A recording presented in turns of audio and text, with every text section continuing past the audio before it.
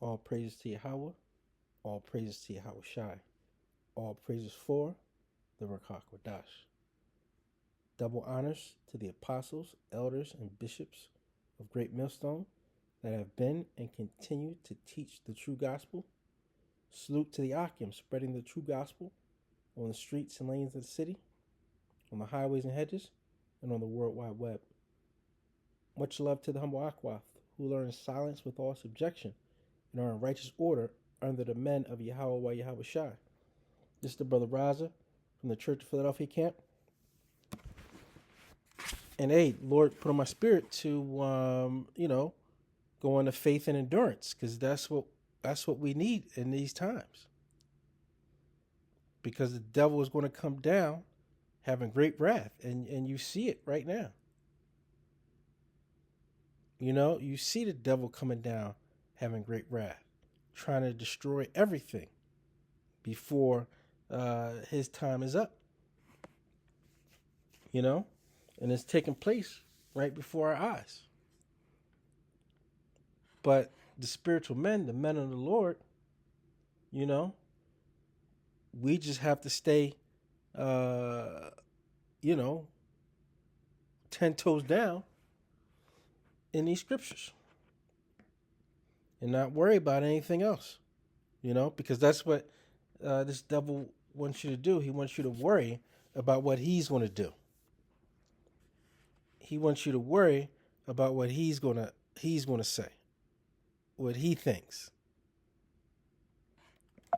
But we can't worry about that. And the faith that the men of the Lord have, hey,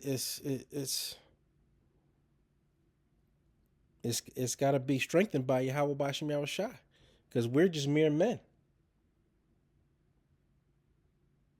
We can't think that we can overcome anything without the spirit, power,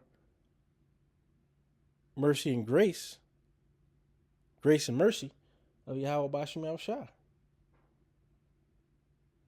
We need ultimately the spirit, power, grace, and mercy of Yahweh Bashem Yahweh Shai to have faith and endurance. So we call on him. We cry out to him that he keeps that spirit of faith and endurance on us. Because we can do nothing of ourselves. Hey, let's say, oh, thou worm Jacob, right? We're defenseless in this place, in this wicked place.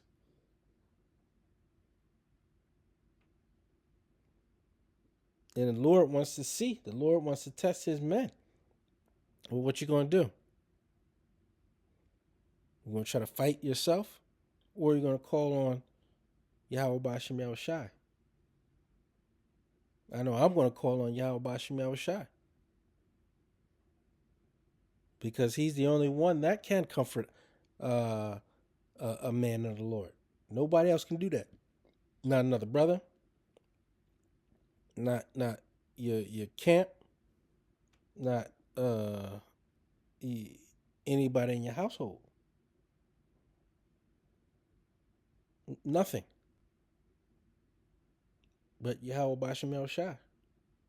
And he's going to comfort you through the Rakar Kadash, reading these scriptures, right? Watching brothers on videos break down scriptures or whole camp, right? That's what's going to uplift your spirit, particularly in the time of your trials that you're going through, So, enough for me babbling. It says, it's the book of James, chapter 1, verse 2. And I'm going to read in the NLT.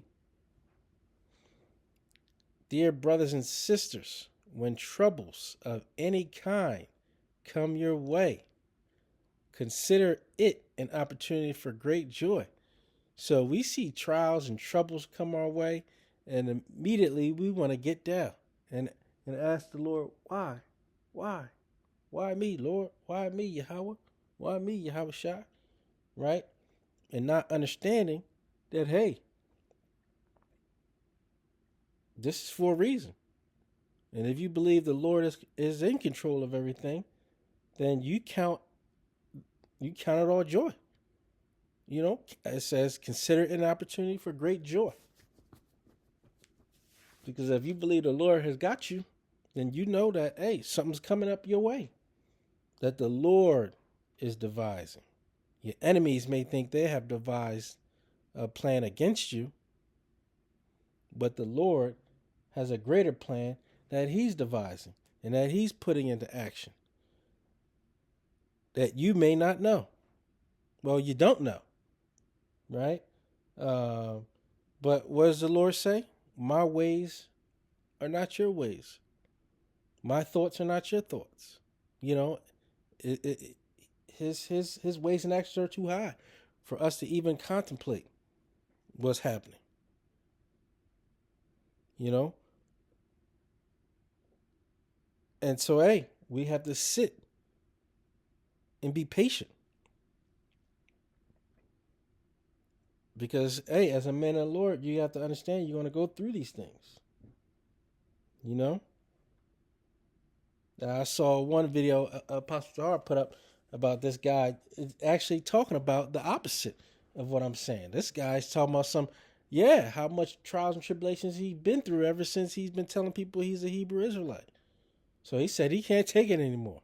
I think his name was Ringo something, right? And he said, so I'm going to leave this alone. Hey, well, the Lord put him through that little fire and probably a little bit of fire, and he got right on out. So that's the test right there. And when I saw that, I said, wow. So here, going through the similar thing, hey, people been condemning me, right? For years, pretty much a decade, So maybe this guy just hopped in and hopped right on out. Who knows? But he's actually stating the opposite. He's saying he can't take it. He wants to be able to live comfortably and peacefully. Well, he hasn't counted the cost, So, hey, like the Three Little Pigs, his house, his foundation is built on straw, right? So as soon as a little bit of adversity came, hey, blew him right on down. He wasn't able to stand tall and stand strong, right? Yeah, because it says, dear brothers and sisters, when troubles of any kind come your way, consider it an opportunity for great joy, because they want you to think that your life's over, everything's over. For you know that when your faith is tested, your endurance has a chance to grow. And if that doesn't put a smile on brothers' faces as they go through these trials and tribulations, hey, and I don't know what will. Because these scriptures, that's the comforter, right? I know it just put a smile on my face, and I didn't even know I was bringing the scripture out this morning, I wait for the inspiration from Yahweh Bashim Yahweh Shai. I was actually watching a Men of Valor video, one of the Sabbath sanctuaries that they do, and I think it was like maybe 2-3 weeks ago, and they was talking about faith and miracles, So shout out to them brothers, but yeah, because you're going, hey man, especially in these days and in this time. I mean, this is going to be pretty much a worldwide thing of condemning brothers, because they know who we are. It says, for you know that when your faith is tested, your endurance has a chance to grow. So let it grow. Woo. So let it grow. Let me say that 3 times. So let it grow. For when your endurance is fully developed, you will be perfect and complete, needing nothing. Meaning, hey, nothing's going to be able to take you off track. And the Lord's going to build up your spirit to be that just and righteous man. And to be that foundation based upon the law, statutes, commandments, based upon your faith and your works, that you may endure to the end, so that you can be saved. And Lord willing, I'll be at that number to watch the downfall of my enemies, and for my enemies to watch, the men of the Lord being beamed up. Lord willing, I'll be at that number to be beamed up with the true men of the Lord, with the elect. It's going to be a glorious day. And Lord willing, it's soon.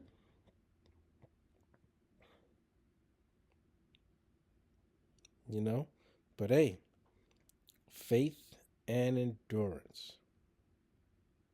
When it says troubles of any kind, because if you're a man of the Lord and you haven't experienced any troubles, I would check.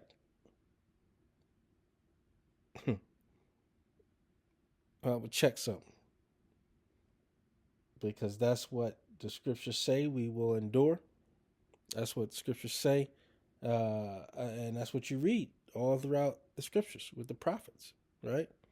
They had to endure many, many things. That should also be a faith booster, because they also overcame many things after the Lord put them through those tests, right? And blessed them exceedingly more than what they started with, right? Let's read this next precept. It's the book of Ephesians, chapter 6, verse 12. For we wrestle not against flesh and blood. So not, the carnality of how some people try to put things, right? But against principalities, against powers, against the rulers of the darkness of this world, against spiritual wickedness in high places. And that's what we're up against. And the Lord has given them this power at this time. And they know who we are. And we know who they are. But right now, they have the power. But ultimately, they will lose that power.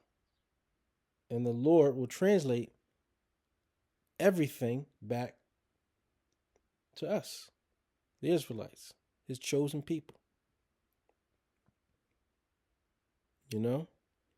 And that's what we're fighting for. We're fighting for that penny. We're fighting for that salvation. And we're repenting every day because of our wickedness and how we went off. Because this is our just judgment. Because of how we went off.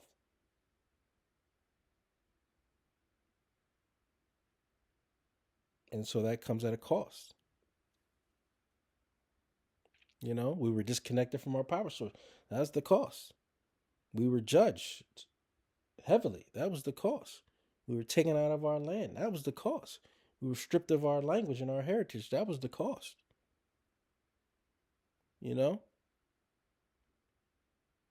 But through the spirit, power, grace, and mercy of Yahweh Bashim Yahushai, he's bringing us back. And he's been bringing us back, by having his word be noised abroad by his prophets. Hey, so the spirit of the prophets are subject to the prophets. So the prophets that were back then are here now.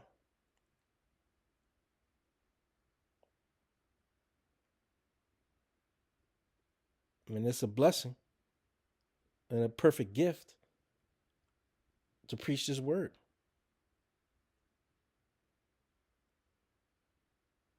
To be part of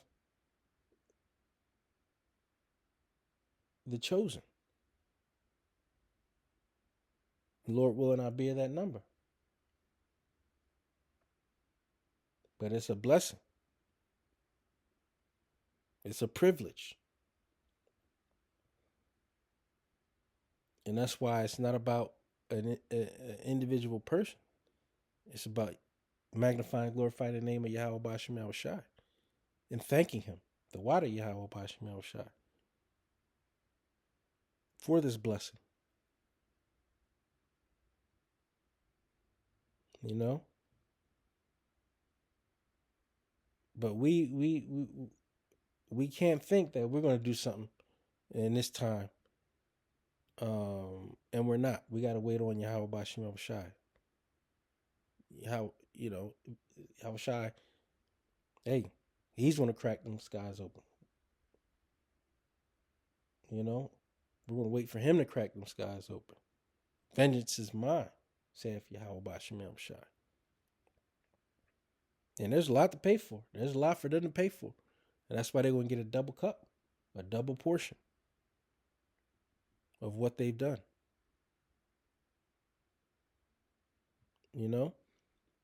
So with that, Lord willing, this is edifying to the elect. Until next time, Shalom.